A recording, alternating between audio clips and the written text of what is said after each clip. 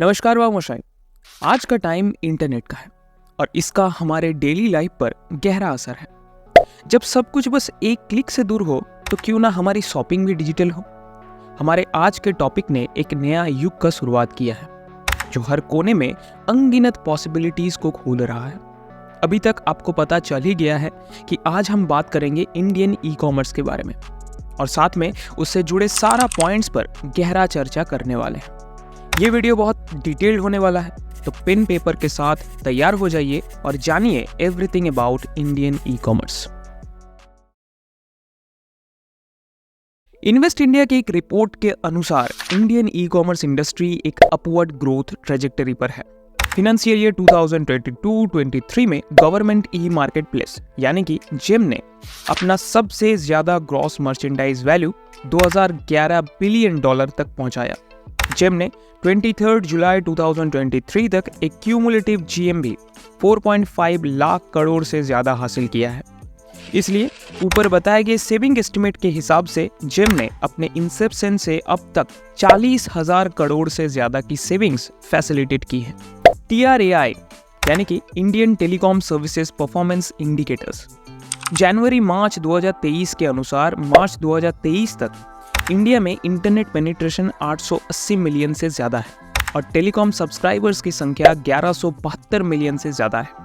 Indian e commerce industry ऐसे factors पर grow कर रहा है जैसे increased smartphone penetration, increased affluence और लो डेटा प्राइसेस, जो ई रिटेल ग्रोथ को प्रेरणा देता है।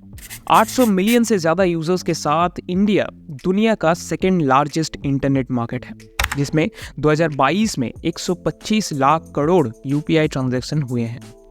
इंडिया के पिन कोड्स में से लगभग 100% ने ई कॉमर्स एडॉप्शन किया है। इंडिया में ट्रांजैक्शन और ऑर्डर्स का 60% से ज्यादा हिस्सा टीयर 2 सिटीज और स्मॉलर टाउन से आता है।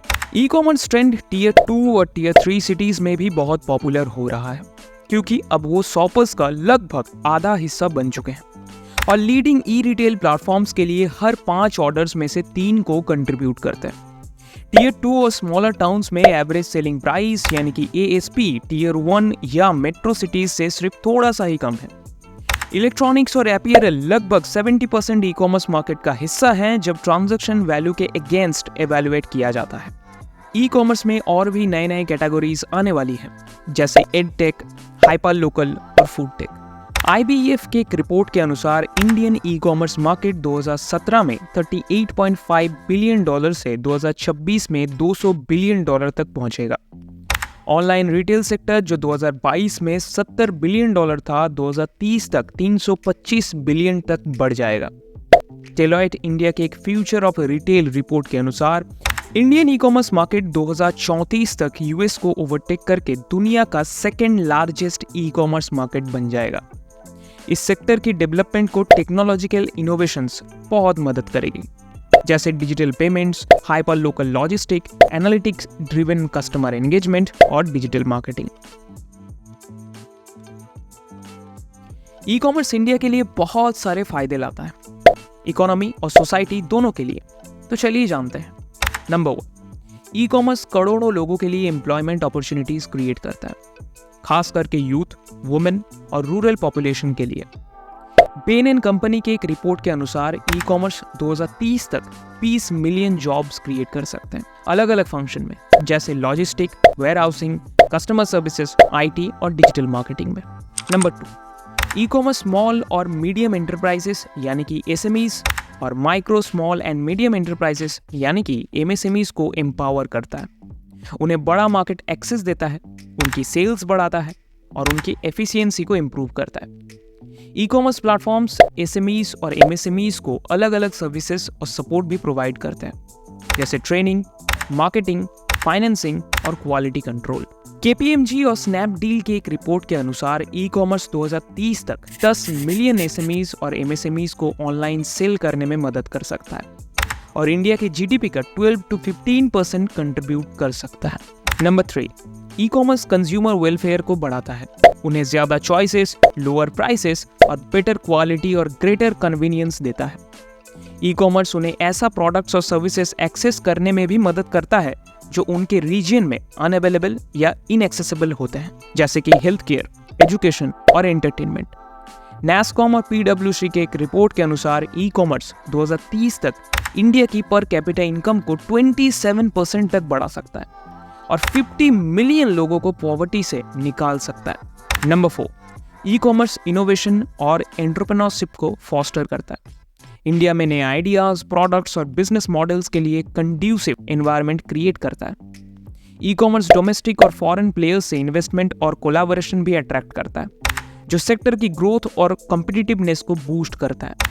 इन्वेस्ट इंडिया की एक रिपोर्ट के अनुसार 2022 में इंडियन ई कॉमर्स और कंज्यूमर इंटरनेट कंपनीज ने 15.4 बिलियन पीई या वीसी फंडिंग रेज की है। 2020 में 8.2 बिलियन से ये 2 गुना ज्यादा है। ई कॉमर्स के ह्यूज पोटेंशियल और बेनिफिट्स के बावजूद इंडिया में कुछ चैलेंजेस और बैरियर्स अभी भी हैं जो ओवरकम करने की जरूरत है। तो चलिए जानते हैं इसके बारे में। नंबर 1, एडिक्वेट इंफ्रास्ट्रक्चर की कमी, जैसे रोड्स, पावर, इंटरनेट और लॉजिस्टिक, जो ई कॉमर्स सर्विसेज की डिलीवरी और क्वालिटी को अफेक्ट करते हैं, खास करके रूरल और रिमोट एरियाज में।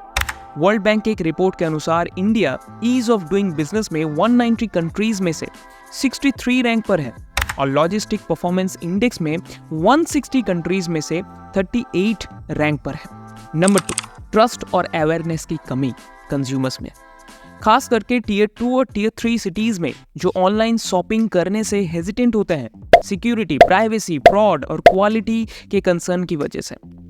EY के एक रिपोर्ट के अनुसार सिर्फ 40% इंडियन कंज्यूमर्स ऑनलाइन पेमेंट्स पे ट्रस्ट करते हैं और सिर्फ 26% ऑनलाइन प्रोडक्ट रिव्यू पे ट्रस्ट करते हैं।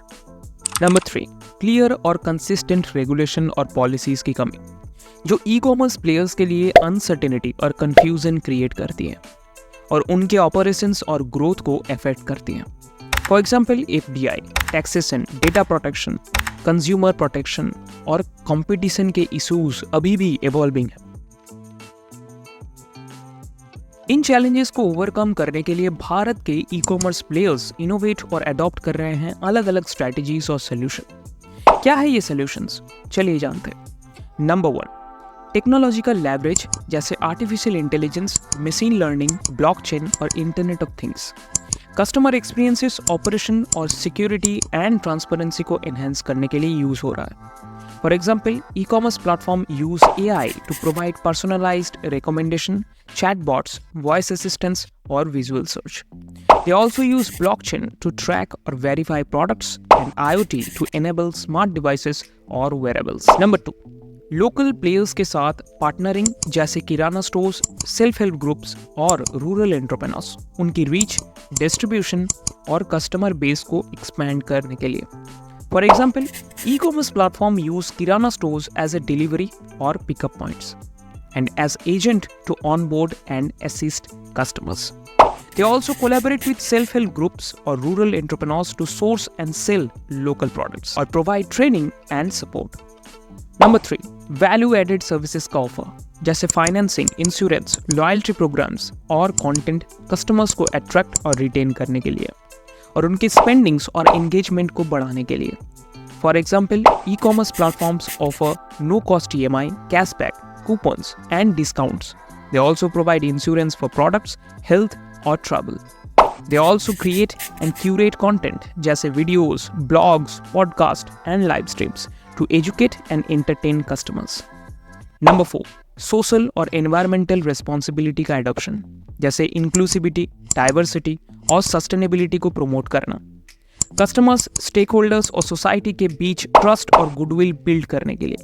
For example, e commerce platform support women empowerment, skill development and digital literacy initiatives. They also adopt green practices, जैसे reducing packaging, carbon footprint and waste. Indian e commerce का future bright और promising है, क्योंकि इस sector में अगले दशक में कुछ एक्साइटिंग और डिसरप्टिव ट्रेंड्स देखने को मिल सकता है। जैसे नंबर 1, ओमनी चैनल रिटेल, जो ऑनलाइन और ऑफलाइन चैनल्स का इंटीग्रेशन है, कस्टमर को सीमलेस और कंसिस्टेंट शॉपिंग एक्सपीरियंस प्रोवाइड करने के लिए मल्टीपल टच पॉइंट्स और डिवाइसेस पर। For example, customers can browse product online और बाय देम ऑफलाइन या vice versa. They can also use features जैसे click and collect and virtual trials room. Number 2, social commerce, जो social media platforms का use है, जैसे Facebook, Instagram and WhatsApp. E commerce transaction को facilitate करने के लिए सोशल नेटवर्क्स, इन्फ्लुएंसर और कम्युनिटीज की पावर को लेवरेज करके। For example, customers can discover, share और buy products through post, stories, live videos और chats on social media platforms. Number 3, personalisation और कस्टमाइजेशन। इसमें डेटा एनालिटिक्स, मशीन लर्निंग और customer feedback का यूज है। ई कॉमर्स एक्सपीरियंस को tailor करना according to the preferences, needs और behaviour of each customer. For example, e-commerce platforms can provide personalized recommendation, offer, or content to each customer based on their browsing history, purchase history, location, and demographics. They can also allow customers to customize their products, जैसे colors, size, design, और features according to their taste and style. तो दोस्तों, ये था हमारा video Indian e commerce के future के बारे में। मुझे उम्मीद है कि आपको ये वीडियो इन्फॉर्मेटिव और इंटरेस्टिंग लगा हो। ई कॉमर्स एक बूमिंग एंड एक्साइटिंग सेक्टर है जो इंडिया के लिए बहुत सारा पोटेंशियल एंड अपॉर्चुनिटीज़ रखता है। ये भी एक सेक्टर है जो कॉन्स्टेंटली इवॉल्विंग और इनोवेटिंग है, कस्टमर्स और बिजनेस के चेंजिंग नीड्स और एक्सपेक्टेशन को मीट करने के लिए। अगर आपको ये वीडियो पसंद आया तो प्लीज़ इसे लाइक कीजिए और अपने दोस्तों और फैमिली के साथ शेयर कीजिए और कमेंट करके बताइए अगला वीडियो कौन से टॉपिक पे आप देखना पसंद करेंगे। मिलते हैं अगले वीडियो में, तब तक के लिए जय हिंद।